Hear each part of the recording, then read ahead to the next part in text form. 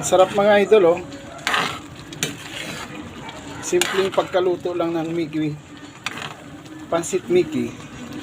Canton, malalaki, oh. Ang sahog niya, manok at saka embutido. Try nyo magluto ng ganito, idol, oh. Wala po siyang gulay kundi pansit Mickey B. Canton lang siya. Ayan, oh. O, diba? Napakagandang tignan, no?